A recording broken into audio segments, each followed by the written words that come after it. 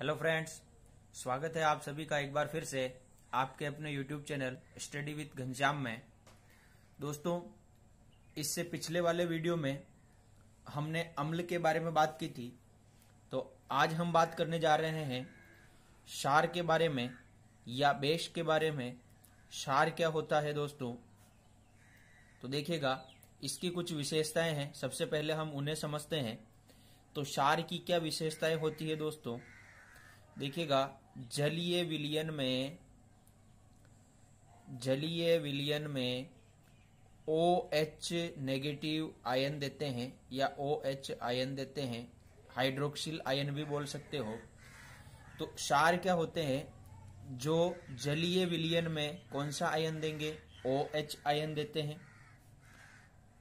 लाल litmus को नीला कर देते हैं। लाल लिटमस पत्र को क्षारीय विलयन में ले जाने पर नीला कर देते हैं। अगर स्वाद की बात की जाएगी तो क्षार स्वाद में दोस्तों कड़वे होते हैं और साबुन के जैसे चिपचिपे होते हैं। साबुन जैसे चिपचिपे होते हैं। धातु के साथ क्रिया करने पर जल देते हैं। धातु के साथ क्रिया करके जल बनाते हैं। तो ये थी दोस्तों क्षार की विशेषताएं कि जलीय विलयन में OH आयन देते हैं, लाल लिटमस को नीला कर देते हैं, स्वाद इनका कड़वा होता है और साबुन के जैसे चिपचिपे होते हैं और धातु के साथ क्रिया करके जल बनाते हैं।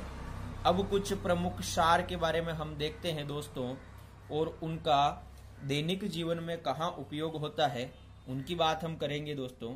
तो पहला हमारा क्षार है सोडियम हाइड्रोक्साइड।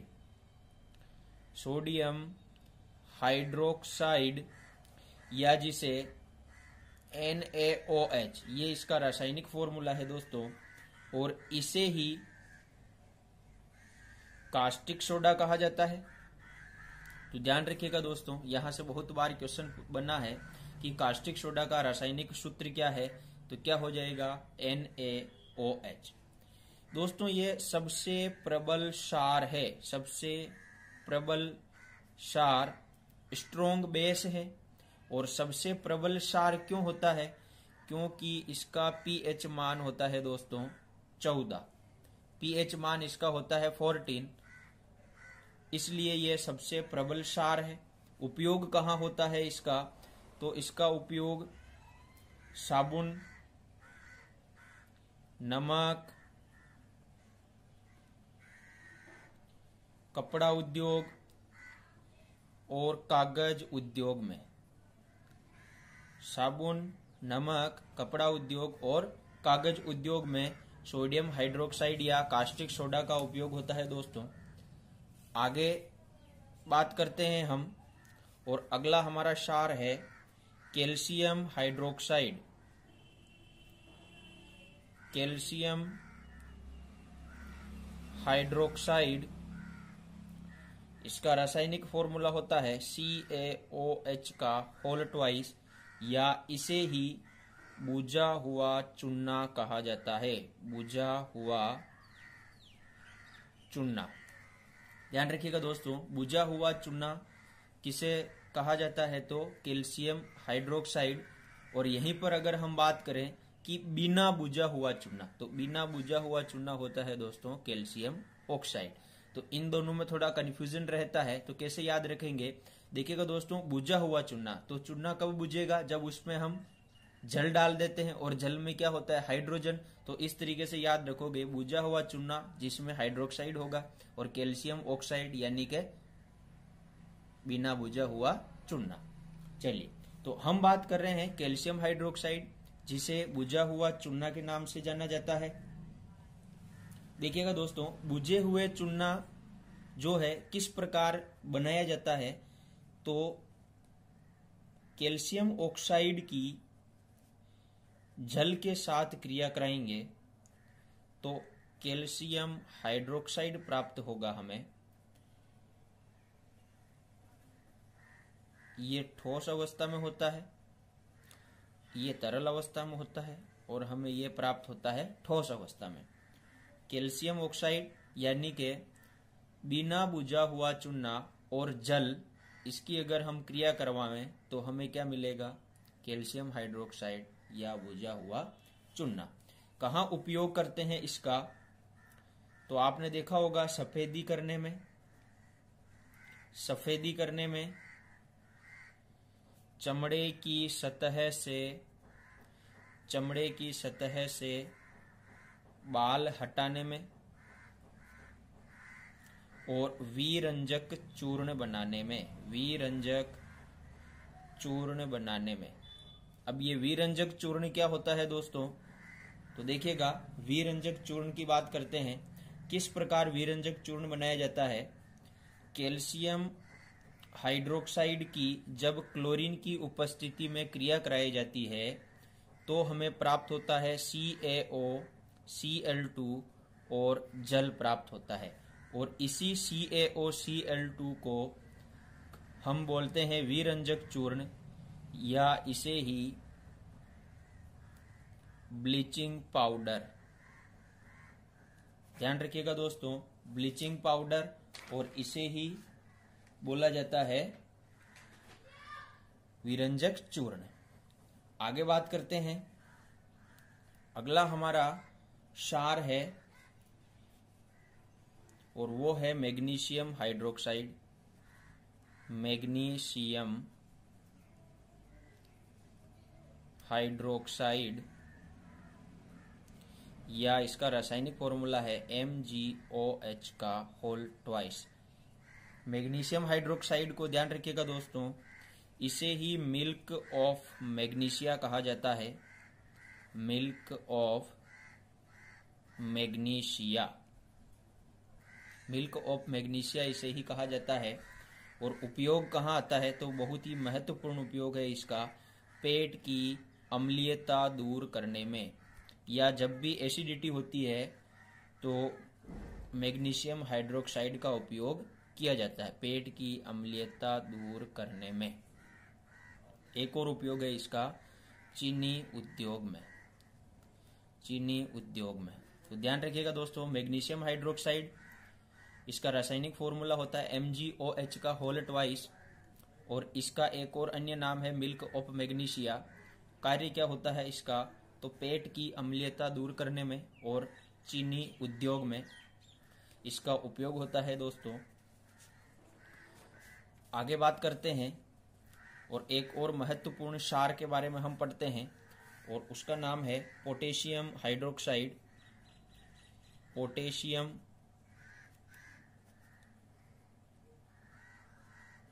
हाइड्रोक्साइड या KOH, इसका रासायनिक फॉर्मूला होता है KOH। काम क्या आता है? तो ये मृदु साबुन और शैम्पू बनाने में, मृदु साबुन और शैम्पू बनाने में, मृदु साबुन यानी कि कठोर साबुन, सॉरी दोस्तों, मृदु यानी कि सॉफ्ट, शेविंग क्रीम बनाने में भी इसका उपयोग होता है। शेविंग क्रीम बनाने में तो ये पोटेशियम हाइड्रोक्साइड का उपयोग था दोस्तों, मृदु साबुन, शैम्पू बनाने में और शेविंग क्रीम बनाने में। तो ये कुछ महत्वपूर्ण क्षार थे। क्षार क्या होता है इसके बारे में हमने जाना, और कुछ महत्वपूर्ण क्षार जिनका हमारे दैनिक जीवन में उपयोग कहाँ होता है उसके बारे में भी हमने पढ़ा। अब हम बात करते हैं दोस्तों लवण के बारे में, या साल्ट क्या होता है। तो अभी तक हमने देखा अम्ल क्या होता है, क्षार क्या होता है। अब हम बात करते हैं दोस्तों लवण के बारे में, या साल्ट क्या होता है। तो देखिएगा दोस्तों, अम्ल एवं क्षार की क्रिया, अम्ल एवं क्षार की क्रिया से ही क्या बनता है? साल्ट बनता है या लवण बनता है। और क्या बनता है? तो जल। तो अम्ल एवं क्षार की क्रिया से लवण व जल बनता है। और इसी अभिक्रिया को एक और नाम दिया जाता है उदासीनीकरण अभिक्रिया। क्या नाम दिया जाता है? उदासीनीकरण अभिक्रिया। और उदासीनीकरण अभिक्रिया क्या होती है? तो अम्ल एवं क्षार की क्रिया कराई जाती है तो लवण एवं जल प्राप्त होता है और इसे ही उदासीनीकरण अभिक्रिया कहा जाता है। तो देखिएगा दोस्तों, अम्ल और क्षार की क्रिया किस प्रकार करते हैं। तो स्ट्रोंग अगर हम एसिड लेवें, स्ट्रोंग एसिड, और स्ट्रोंग अगर क्षार हो या बेस हो, जब एसिड भी स्ट्रोंग हो और बेस भी स्ट्रोंग हो तो लवण कौन सा बनेगा? वो बनेगा न्यूट्रल या उदासीन बोल सकते हो। और इसका हम एक एग्जाम्पल लेते हैं, देखिएगा दोस्तों, NaOH प्लस HCl, ये मिलके बनेगा NaCl प्लस H2O। देखिएगा दोस्तों, वापस समझिएगा, एसिड हमने लिया स्ट्रोंग, और एसिड स्ट्रोंग कब होता है? जब उसका pH 0 होता है। और हमने देखा था HCl का pH मान कितना होता है? 0। इसी तरीके से स्ट्रोंग बेस हो गया, यानी सोडियम हाइड्रोक्साइड, जिसका pH मान होता है 14। तो दोनों स्ट्रोंग हो गए, स्ट्रोंग एसिड और स्ट्रोंग बेस। इनकी जब हमने क्रिया कराई तो सोडियम क्लोराइड बना, जो लवण और जल। चलिए आगे हम देखते हैं, अगर एसिड स्ट्रोंग हो और बेस हम लेते हैं वीक बेस, तो लवण कौन सा होगा? एसिडिक नेचर का। और ऊपर जो भी लवण बना था वो था उदासीन। देखिएगा दोस्तों, खाने का जो नमक होता है वो ना तो क्षारीय होता है और ना ही अम्लीय होता है। और अब हम बात कर रहे हैं स्ट्रोंग एसिड और वीक बेस। तो एसिड स्ट्रोंग यानी इस बार भी हम क्या लेंगे? HCl। और वीक बेस लेना है, इस बार क्षार हमें कमजोर लेना है, तो NH4OH लिया, अमोनियम हाइड्रोक्साइड लिया, और इसकी जब क्रिया कराई तो NH4Cl यानी अमोनियम क्लोराइड बना, और इसके साथ जल। अमोनियम क्लोराइड को ही नौशादर कहा जाता है दोस्तों। तो इसका जो नेचर होगा इस लवण का, इसका नेचर क्या होगा? एसिडिक लवण होगा। चलिए आगे हम बात करते हैं, आगे हम देखते हैं दोस्तों, इस बार हम एसिड लेते हैं वीक एसिड, और बेस लेते हैं हम स्ट्रोंग। तो जो हमारा लवण बनेगा वो बनेगा बेसिक या क्षारीय, क्योंकि इस बार बेस हमारा स्ट्रोंग है तो लवण की प्रकृति कौन सी होगी? क्षारीय हो जाएगी। देखिएगा CH3COOH, इसे ही एसिटिक एसिड बोला जाता है। और इसकी क्रिया जब स्ट्रोंग बेस NaOH के साथ करवाई जाएगी तो CH3COONA सोडियम एसीटेट बनेगा, और इसी के साथ बनेगा जल। और इसका नेचर कौन सा होगा? तो बेसिक, यानी ये क्षारीय प्रकृति का होगा। आगे हम देखते हैं, वीक अगर एसिड हो और वीक ही हमारा बेस हो, यानी दोनों इस बार दुर्बल अम्ल और दुर्बल क्षार हो, तो भी जो लवण बनेगा वो न्यूट्रल होगा या उदासीन होगा। देखिएगा इसका भी एग्जाम्पल देखते हैं, एसिटिक एसिड और अमोनियम हाइड्रोक्साइड की जब हम क्रिया करवाते हैं तो अमोनियम एसीटेट बनता है CH3COONH4 प्लस H2O, और इसका जो नेचर होगा वो भी न्यूट्रल होगा या उदासीन होगा। तो ये थे दोस्तों किस प्रकार एक अम्ल और क्षार की अभिक्रिया होती है और किस प्रकार लवण व जल बनता है। तो अब एक टर्म आती है दोस्तों, द्विक लवण क्या होता है? द्विक लवण क्या होता है? तो दो सरल लवण से मिलकर बनता है, दो सरल लवणों से मिलकर बनता है। द्विक लवण क्या होता है दोस्तों? दो सरल लवण जब मिलते हैं तो क्या कहलाएगा? वो द्विक लवण।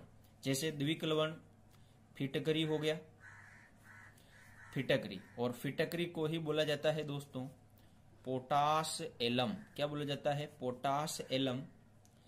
फिटकरी का देखिएगा दोस्तों रासायनिक फॉर्मूला बहुत सारे एग्जाम में पूछा भी गया है। K2SO4 यानी पोटेशियम सल्फेट, Al2SO4 का होल थ्राइज यानी एल्यूमिनियम सल्फेट, और इसके साथ 24H2O। इसको 3 पार्ट में आप याद रखेंगे। K2SO4 यानी पोटेशियम सल्फेट, Al2SO4 का होल थ्राइज एल्यूमिनियम सल्फेट, और 24 इसमें जल के अणु। और ये बन गया हमारा फिटकरी का फॉर्मूला। और इसे ही हम क्या बोलते हैं, द्विक लवण, क्योंकि 2 लवण से मिलके बना होता है। इसी तरीके से एक और देखते हैं हम आगे, मोहर लवण। तो मोहर लवण क्या होता है दोस्तों, देखिएगा FeSO4 NH4 का होल ट्वाइस SO4 और 6H2O, ferrous sulphate, ammonium sulphate और 6 जल के अणु, ये मिलके बनता है मोहर लवण।